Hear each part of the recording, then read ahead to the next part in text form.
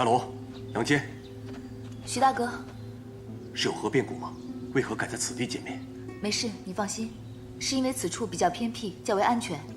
再来，城外离随国公府太远了，担心来去耗费太多时间，让人起疑，所以有劳你跑一趟。你考虑周详，那我们日后就都约在此处。嗯，我们既然认准了这条路，就要齐心协力地走下去。不管有多难，我相信，总会有拨云见日的那一天。你们如此有信心甚好，但凡事都需适度，不必过于用力。你是指我们拉拢朝臣之事？我们确实一直在做，但成效不大。宇文护老奸巨猾，杨家的行动还是循序渐进为好，否则会引来他的反击。机会总会有的。薛大哥，你今日来一定带来了什么重要消息吧？北国王子阿什纳殿爵欲来大周借兵，他想联合大周攻打齐国。我想趁此机会与北国人合作兵器生意，如此一来可充盈我们的资金，以便召集更多的人手做事。还有一件事，是关于你大哥的。我大哥怎么了？他安好，而且事情已取得进展。之前我们发现宇文护有一处隐秘的冶金铸造工坊，守卫森严，很有可能是其核心所在。如能查获，我们便有足够的人证物证来揭露宇文护及其同党的罪行。现在你大哥已乔装混入，下一步便是要取得宇文护手下2个管事监赏的信任。快点，快点，起来点，快起来！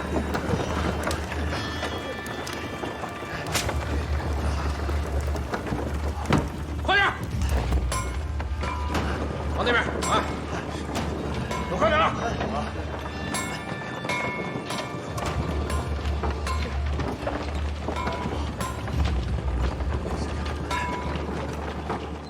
快点啊！这个放那边去。快点，快点，别动了啊！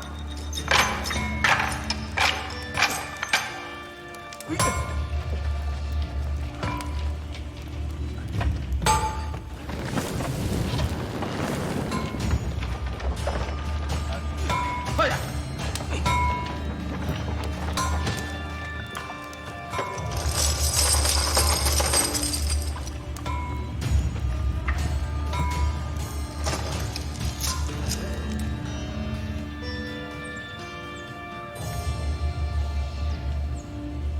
大冢宰到！大冢宰，天王匆匆召我进宫，有何要事？这是北国的来信，北国王子阿史那殿爵欲向大周借兵攻打齐国。大冢宰，请过目。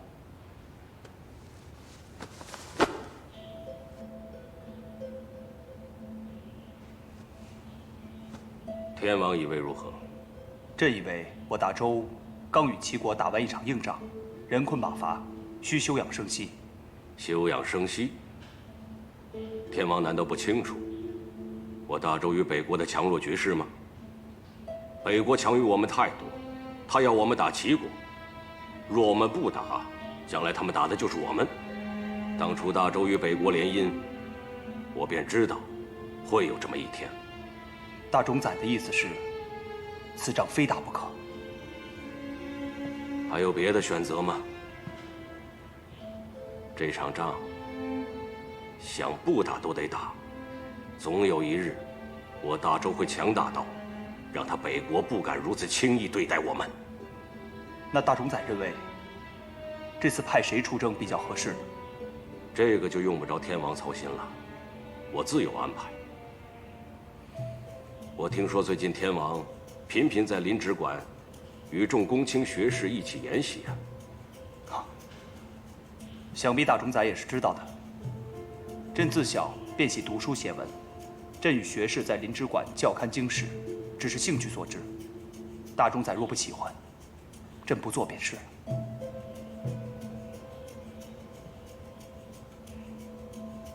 你是天王，你愿意做什么，便做什么。朕能力不足，能做的太少，还需仰仗大冢仔。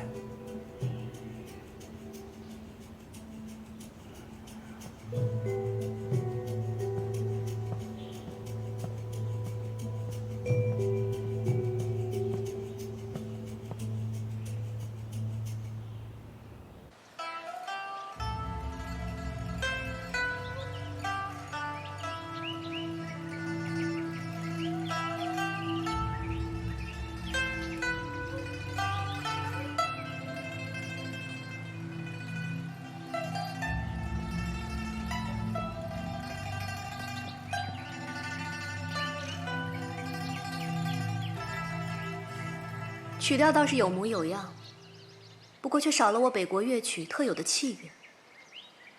鲁国公夫人，请坐。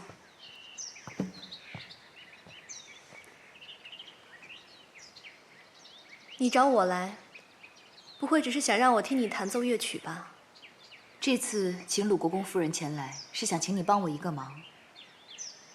确切地说，是想与你共谋一事。我与你能有何事可谋？共除宇文护。你疯了！你知道你自己在说什么吗？难道你之前还未吃够苦、受过罪？多少人受你牵累，你还嫌不够？再说是你要报仇，与我何干？若这件事情跟鲁国公有关呢？若是还跟大周、北国还有天王有关呢？你这话什么意思？与他们有何关系？我听说，令弟、北国王子正在前往大周借兵的路上。若他能要求宇文护出征，那么宇文护一旦离开长安，对每个人都有好处。调虎离山。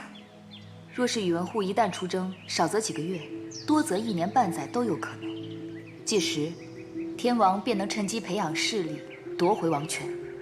这是一个千载难逢的好机会，对大周、对百姓皆有好处。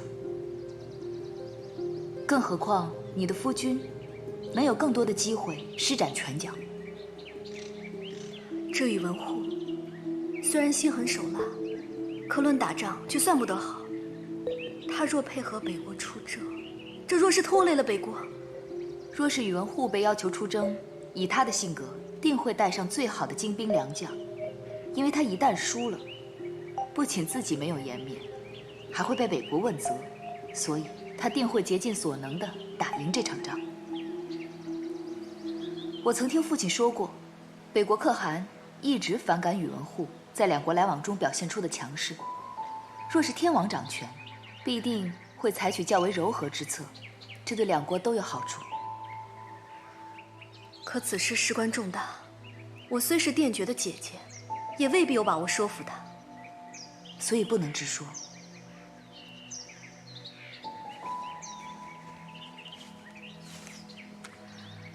该做的都写在上面了，何去何从，尽托于你。我尚未答应你，你莫对我抱有太大希望。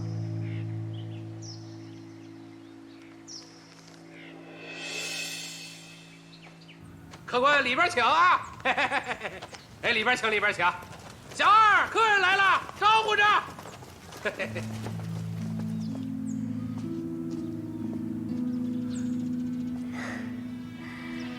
姐姐，你怎么在这儿？姐姐知你要来大周，迫不及待来见你，便前来迎接。姐姐，你对我还是这么好。自从姐姐嫁入周国，我便时常想念姐姐。你在信中常说自己过得很好，但我没有亲眼见到，我这心里还是不踏实。那你现在亲眼看到了，踏实了吧？姐姐更美了，我放心了。对了，父王他还好吗？父王身体虽大不如前，但雄心壮志还在，一心想扩大北国的疆土。你也知道，这是父王多年来的心愿。莫非你此次前来也是为此？啊，你不必回答了，我知道我现在也是大周之人，我可以理解。姐姐，你是我亲姐姐，我有什么不能与你说的？再说你很快就知道了。父王此番派我来，便是要连州攻齐。齐国仗着近年来国力强盛，便常常与我们发生冲突。父王认为，若再听之任之，便是长敌人志气，灭自己威风，故而想给他们个教训。这样一来，即便一时灭不了他，也能让齐国元气大伤。原来如此，父王有大志。你们此番出征，我也帮不上什么忙，我有为你们祈福。哎，这大周的妙善庵十分灵验，我带你去拜一拜吧。你不是一向信佛吗？好。天王驾到，北国王子到，参见天王。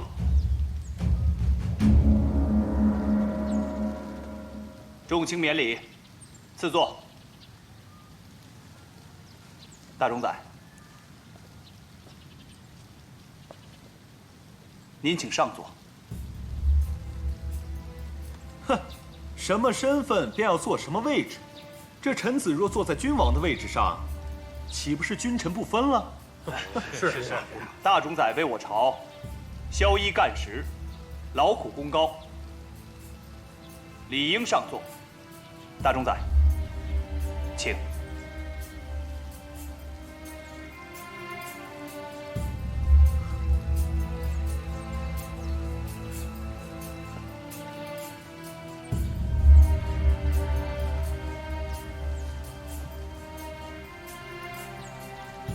我劝公子定要与最强大、最有权力的人合作，才能功成归来。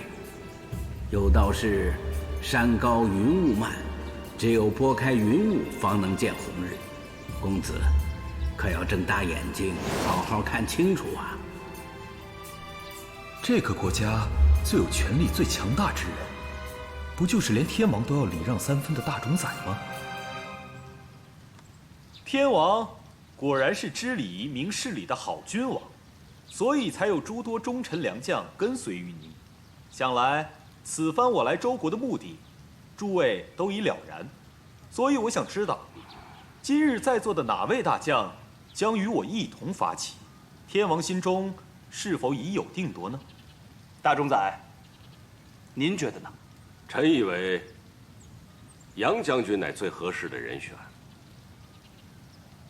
可我听说，杨将军手中的精兵都已经交给了大冢宰，如何与我一同伐齐？那王子认为，谁是最适合的人选？你。我？正是大冢宰。大冢宰手中兵多将广，曾经也是战功赫赫。正如天王所说，大冢宰勤于政事，以大局为重。所以我相信，大冢宰与我一同伐齐，定会竭尽全力打赢这场仗，为你周国赢得胜利。可是，这大冢宰不会是不愿意帮我北国这个忙吧？我父王说了，这一仗只许胜，不许败。若是你们周国没有诚意，随便派个人与我出征，打了败仗，那我北国先前与周国约定的10年内互不侵犯的承诺，这诚意怕是要减半了吧？这是威胁呀！看来大冢宰要是不答应，殿爵不会罢休啊。听殿爵这话，若是别人打了败仗，以后便有理由进犯我国了，真是无耻。哼，那恐怕这笔账要算到大冢宰的头上了。既然王子已经开口，那我岂有不愿之理？好，大冢宰果然是爽快人，那就有劳大冢宰了。来，期待二位凯旋。来。我敬大冢宰。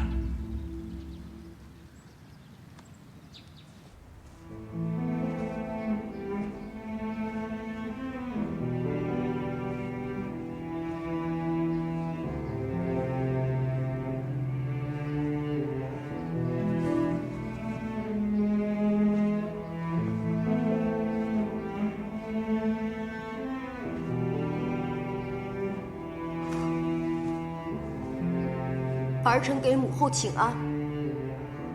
母后，今日师父夸我的剑术又有了长进，可惜你不在了，我剑术再好也没法保护你了。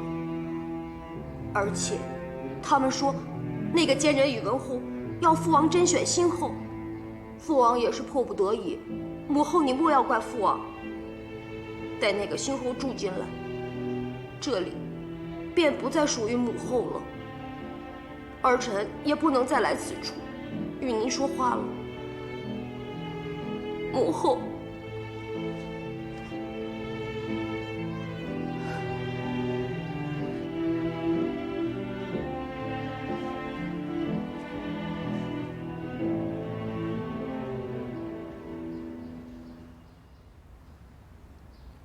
参见太子。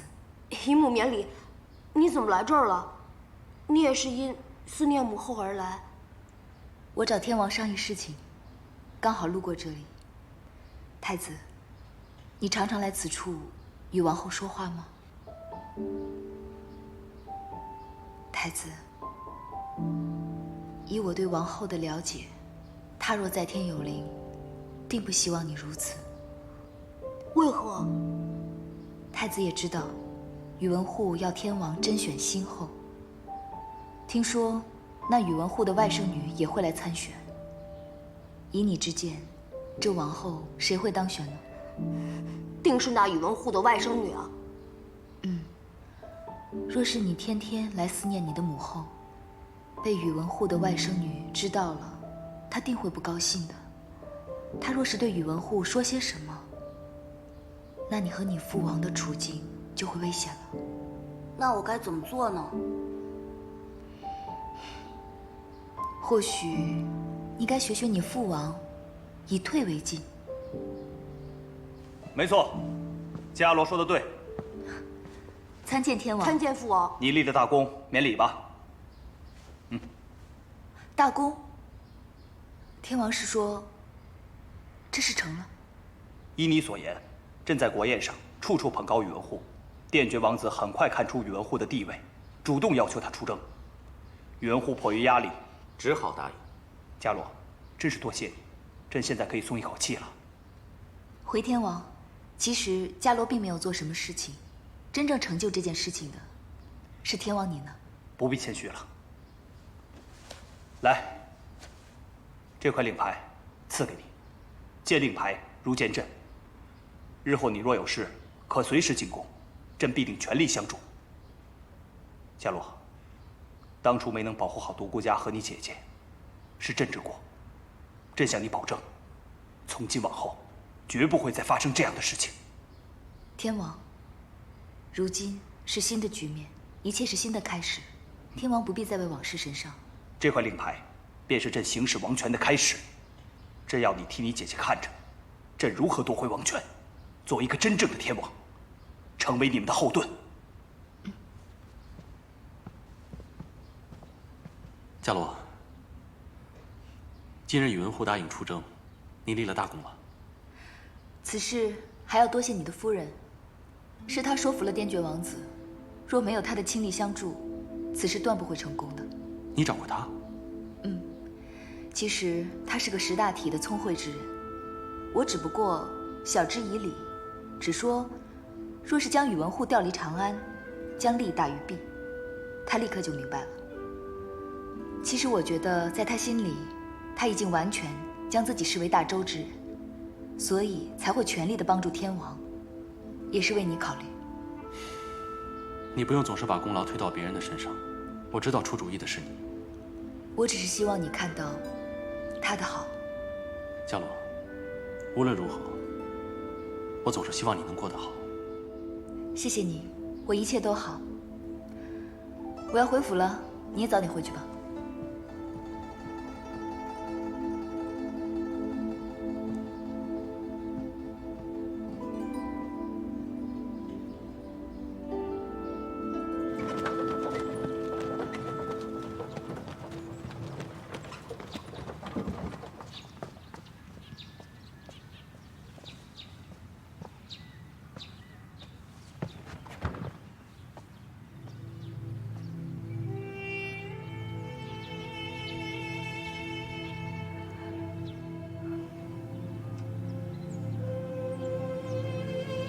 请。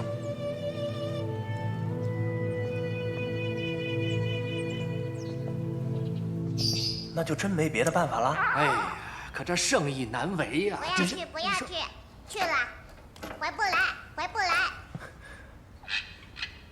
父亲，若父亲真不想出征，干脆就装病不去吧。糊涂！你以为旁人都是瞎子呀？若装病之事被北国知晓，到时候就是北国联合齐国一起攻打我大周，你想让我成为千古罪人吗？再说一统天下，不单是太祖的心愿，也是我的心愿。如今北国势力正盛，借北国之手灭掉他国，不是正好消减了我大周的隐患吗？至于我们和北国的恩怨，总有一日要和他们清算。父亲说的是。现在还是好好想想，我离开长安后，你们如何看住天王吧。大冢仔，云禅姑娘到了。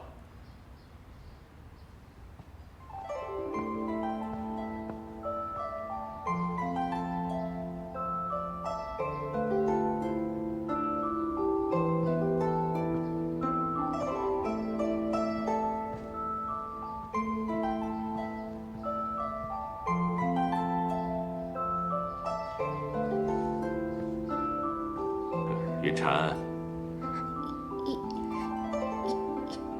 衣服好。你是结巴？不，我不是，我一紧张，便会结巴。你怕我吗？别紧张。我不紧张。如此岂能成为一国之后啊？哎呀，真是可惜了这副花容月貌啊！父亲，除了表妹之外，天王爷不敢选别的女人当王后吧？是啊，大冢仔，若只是因为紧张才会口吃，倒也无妨，多加练习便可。那也不能让人诟病啊！立刻通知大宗伯，在我出征之前，必须选出新后。啊不，让云禅当上新后。是，我即刻去办。云禅，你不必紧张，你是我的外甥女，在大周，所有人都会敬你怕你，没有人比你更有资格做王后。进宫受训不过是走个形式，你只需好好学，不要给衣服丢了体面便好。是。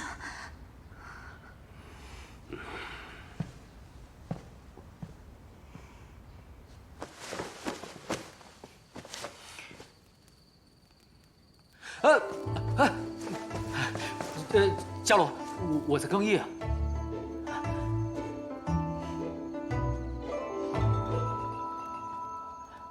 你害羞什么呀？没有，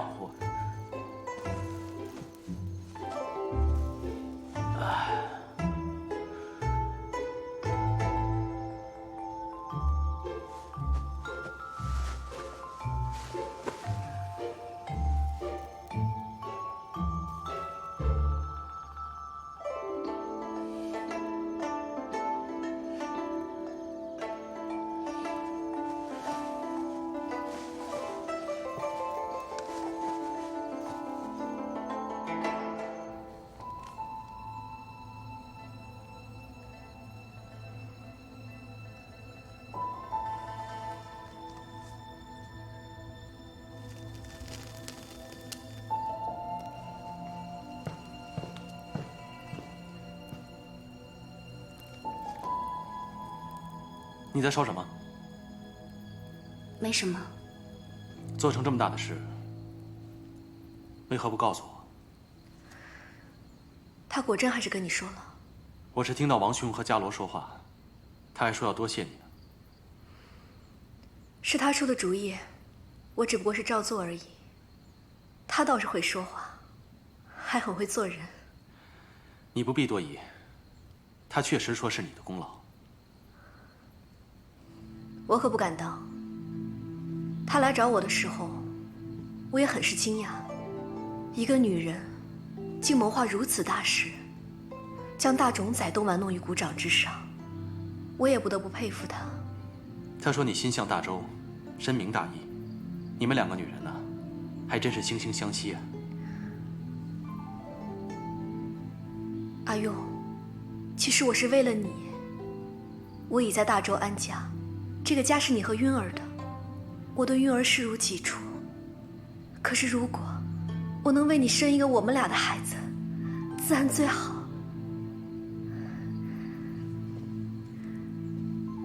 今天去妙善庵，弟弟他也有心为我求子，我知道这一切也都要顺其自然。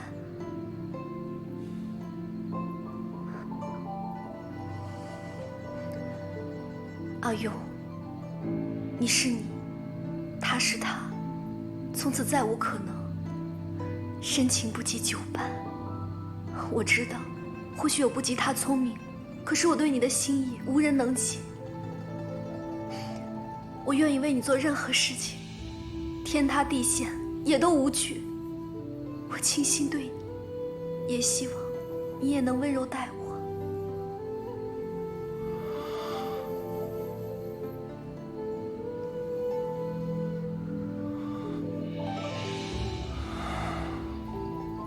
我知道你的好，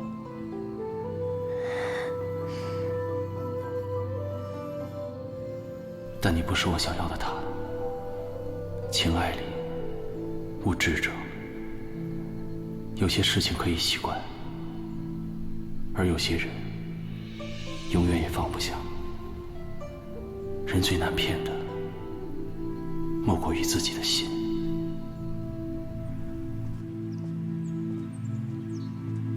把箱子打开吧。啊，来，来，这边请，这边请。二夫人，二夫人好。大哥大嫂，大公子，大夫人，各位先生好。过几日天气或会转凉，大郎特地为各位添置了些衣物，以备所需。大公子、大夫人体贴周全，天未凉，已已到。诸位都是我杨家的客卿，理应好好照顾大家。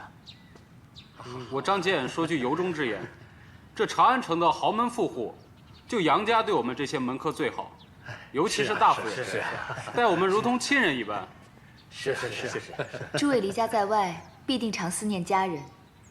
若诸位能够把我们当作家人，那也是我们的福气，请不要客气。是啊，大家别光顾着说话了，快请那边领衣物吧。来，这边请，这边请，来，过来。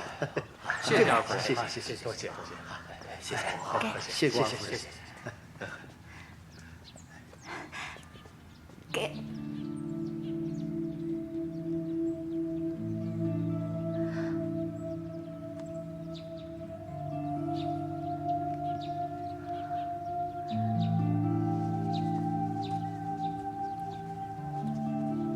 蓉儿，这位是前几日新来的客卿陆作谦。陆先生文采斐然，才情出众。原来是陆先生，有礼了。二位夫人不必客气，能为隋国公效力，是在下的荣幸。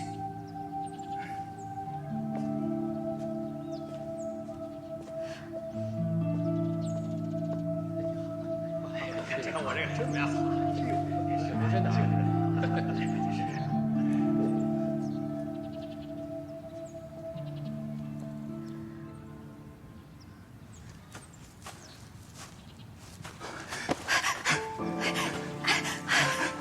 我就知道你一定会找我的，蓉儿，我好想你啊。你为何会来杨府？你到底想做些什么？蓉儿，我只是太想你了，我想见你却苦无机会，我只能用此办法混进来。可是我已与杨整成亲了，我如今是杨家的儿媳，你不要再做纠缠了。可你真的爱他吗？自古婚姻都是父母之命，媒妁之言，更讲求门当户对。左迁，你就当是我辜负了你，只要无人察觉，你赶快离开吧，好不好？赶快走，赶快走！我不走，我不走。蓉儿，我知道这不是你心里话，你相知相爱的人是我，你还爱我，对不对？年少轻狂，哪懂什么是爱？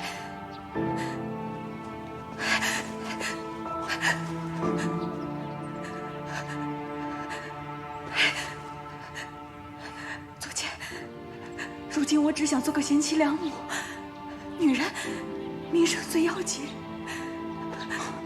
让我留下吧，至少我们可以时常见到。我保证，我不会让任何人知晓我们的关系。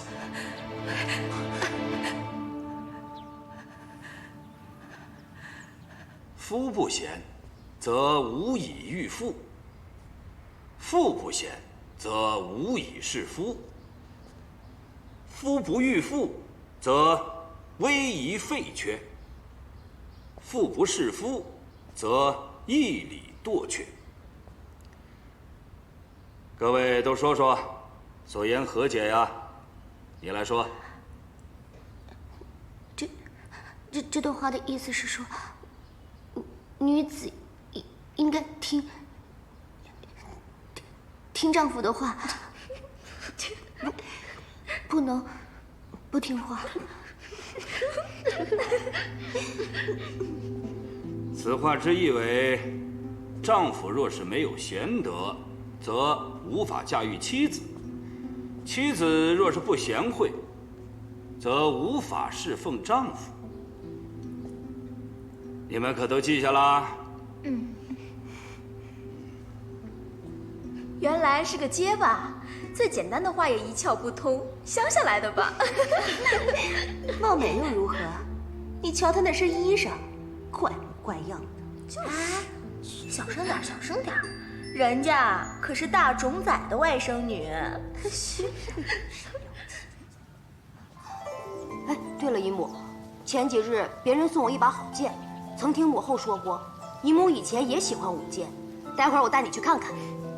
好啊，姨母自从出嫁之后便再未使过剑了。待会儿让我过过瘾。好。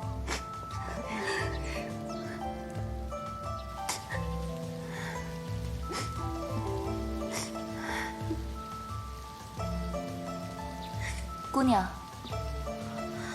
为何在此哭泣？我难过，我想家，想父母，便忍不住哭了。你难过什么呀？谁欺负你了？我帮你去教训他。不，没有人欺负我，只是我自己太笨，什么都做不好。尺有所短，寸有所长。每个人都不应该自卑于自己的短处，应该多看到自己的长处才是。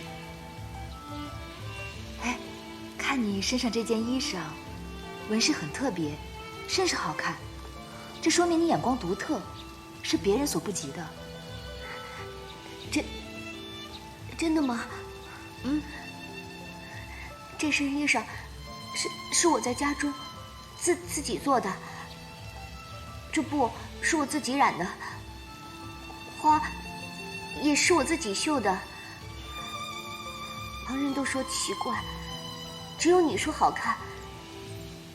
若是我还能在家中每天做衣裳，那该多好！现在却要进宫竞选王后之位，我一点也不喜欢，可又不得不听姨父的话。你姨父是谁啊？大冢仔。大冢宰？那你放心，你肯定当不上王后。真的吗？为什么？因为你是宇文护的人，我父王绝对不会选你。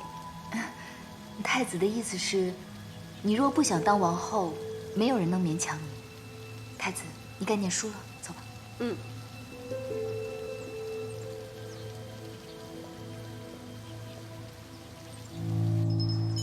徐大哥，我们已经设计让宇文护离开长安，你那边如何了？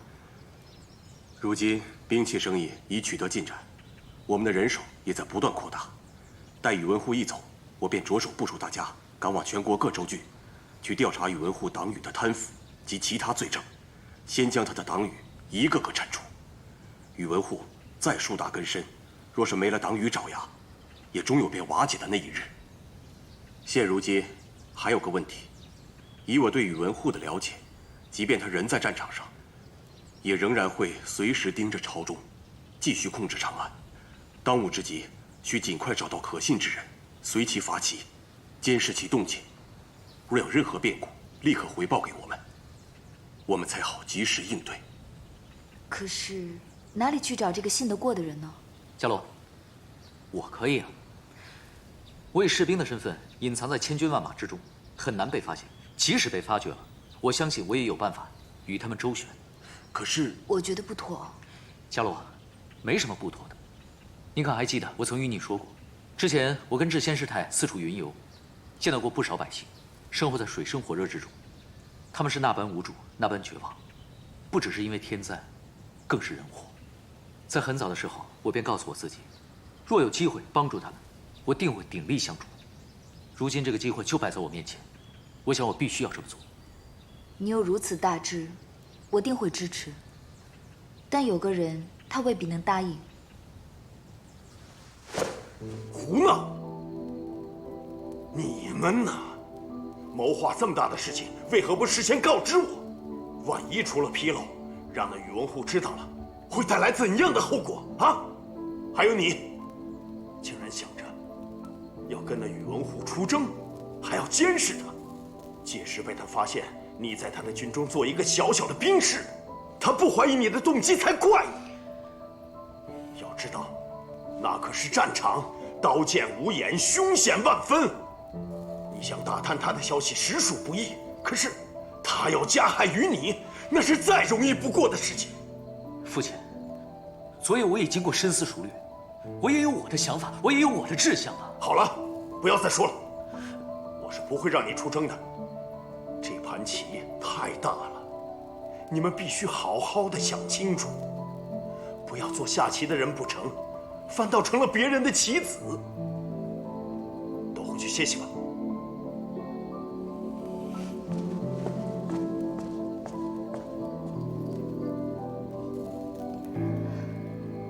父亲，我去看看他。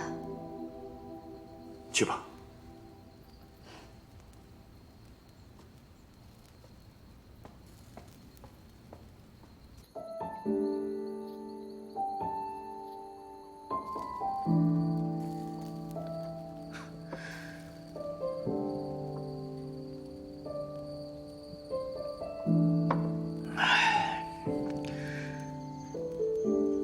父亲从小就教导我，要忠君爱国，为百姓谋福祉。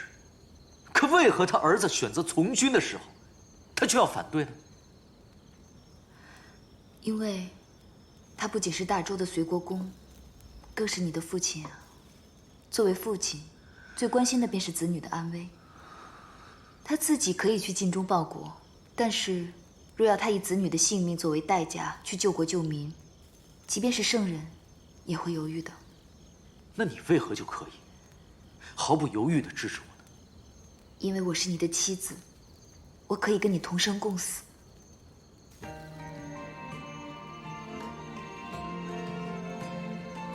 记得吗？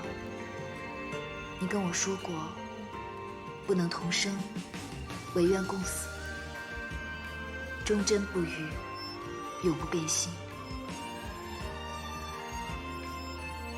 夫君如此，为妻一世，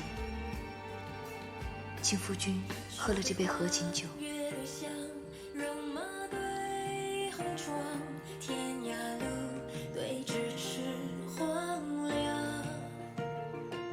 酒对歌，莫对香，你对我痴对狂，等阑珊夜透亮，闭纱窗。